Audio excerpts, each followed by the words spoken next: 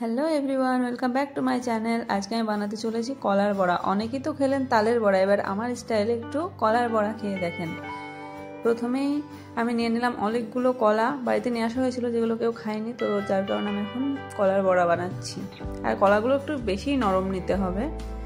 তো কলাটাকে ম্যাশ করে নিয়ে এতে পরিমাণ মতো চিনি দিয়ে দিলাম। আপনারা আপনার টেস্ট অনুযায়ী চিনি দেবেন। দিয়ে এটাকে 5 মিনিট নাড়াচাড়া করে চিনিটা গলিয়ে নেওয়ার পরে 1 কাপ ময়দা আর 1 কাপ চালের আটার গুঁড়ো দিয়ে দেব। তার সাথে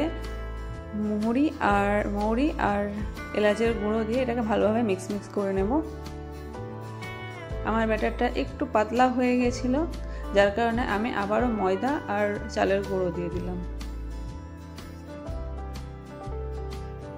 কনসিস্টেন্সিটা ঠিক এমন করতে হবে যেন চামচে করে ওঠালে সেটা সহজেই পড়ে না যায়, একটু দেরি হয় সেটা পড়তে, তাহলে পর একদম রেডি ব্যাটারটা আমার।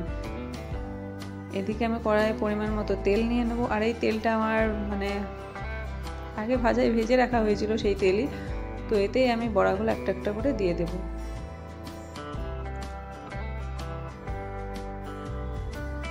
যাদের বানানা ফ্লেভার পছন্দ হয় তাদের আশা করি এই বড়াটা অনেক বেশি পছন্দ হবে, কারণ এর মধ্যে কলার একটা খুবই স্ট্রং গন্ধ থাকে, সুগন্ধ অবশ্য। তো আমি একটা একটা করে সব বড়াগুলো দিয়ে দিলাম। এটা এবার গোল্ডেন ব্রাউন করে ভেজে নেব। খুবই সিম্পল আর ইজি এইভাবে হয়ে যায়, আর খেতেও অনেক বেশি টেস্টি হয়। হয়ে গেছে আমার বড়াগুলো গোল্ডেন ব্রাউন। এবার এগুলোকে আমি উঠিয়ে নেব। একটা বোলে আমি বাটার পেপার দিয়ে রেখেছিলাম, ওতে যাতে এক্সট্রা অয়েলটা নেমে যায়।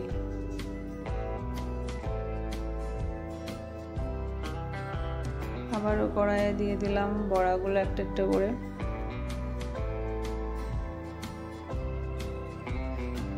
আর বড়াগুলো যখন কড়াইয়ে দেবেন একটা বাটিতে জল নেবেন, যেটাতে হাত দিয়ে ছাড়বেন, তাহলে ছাড়বেন, না হয় একটু অসুবিধা হয়। আবার আমার হয়ে গেছে গোল্ডেন ব্রাউন, নামিয়ে নেব এবার।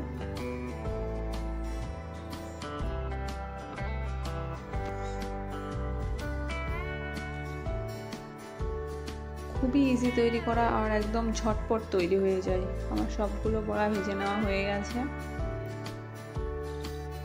কালারটাও এত সুন্দর হয়েছে আর এত সুন্দর সুগন্ধ, খেতেও টেস্টি।